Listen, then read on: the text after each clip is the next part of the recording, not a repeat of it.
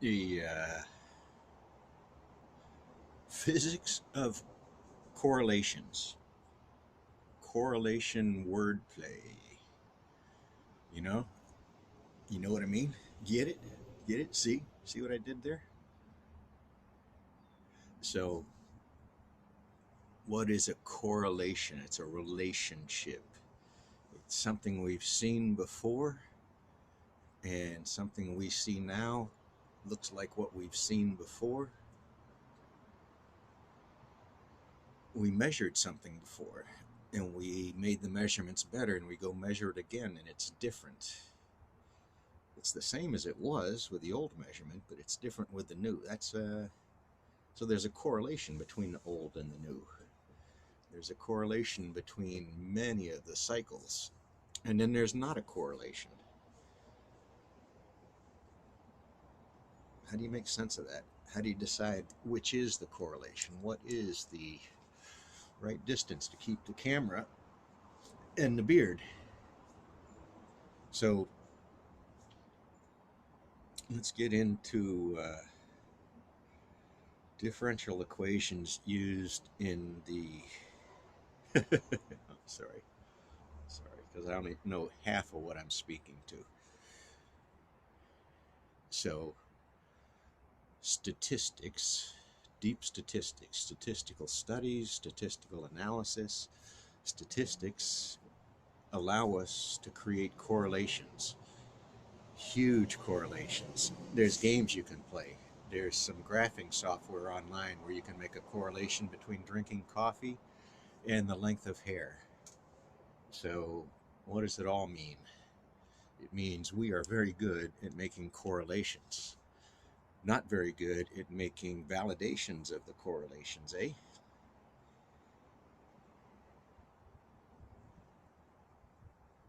So, from a study, from a survey standpoint, how you get these numbers, and if you have past numbers, can you compare them to new numbers?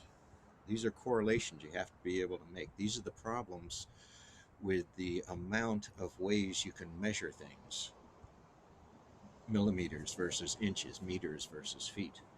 So, meters versus a yard, which is 3 feet, which is a pretty reasonable correlation, but it's not accurate. But it's close enough for getting your boat to the dock, maybe. So, yeah, there's correlations. That's another word out there. And all of a sudden, you see a correlation and you think you have an answer. And 2 years later, you realize the correlation wasn't right. And I use 2 years because that's my number for return of investment in a science experiment, right? That science is going to take months to set up, months to put together, months to evaluate, months to get peer checked, maybe redone, run a few more times. You might have separate labs doing the exact same tests just to see if they compare to each other, because the analytic methodology used at the labs is differently. So when you do your lab evaluation and your lowest bidder, low contract bidder evaluations, right? You know all this stuff. You take it for granted. You just know that if you want to go look, it's there.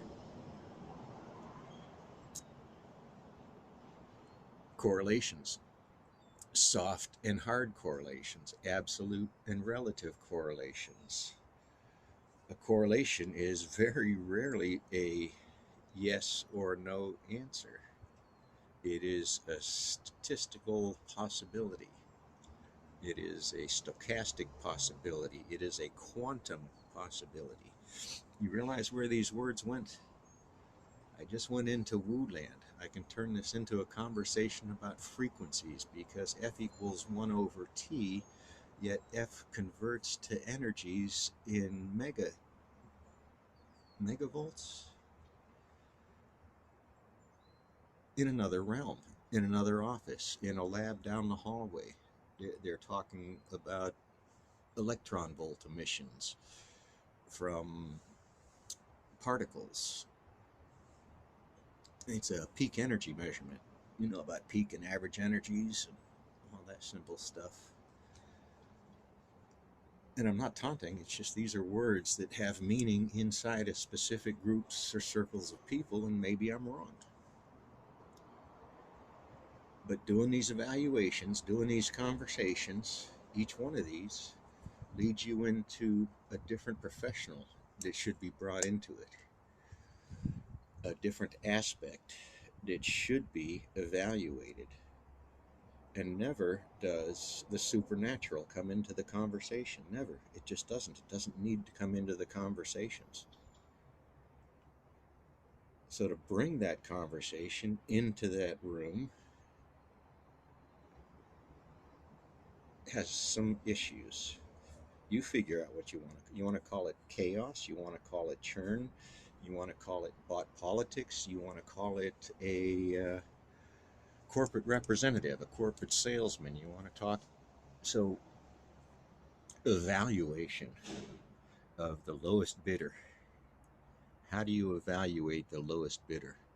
Especially the lowest bidder on YouTube. Think about that one. Think about the headlines. Think about how the information's posted.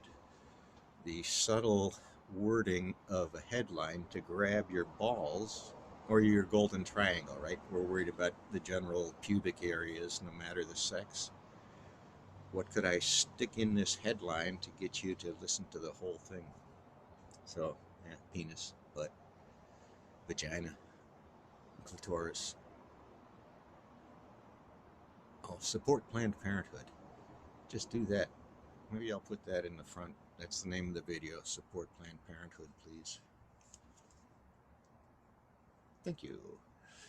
Thank you. Thank you. Peace out.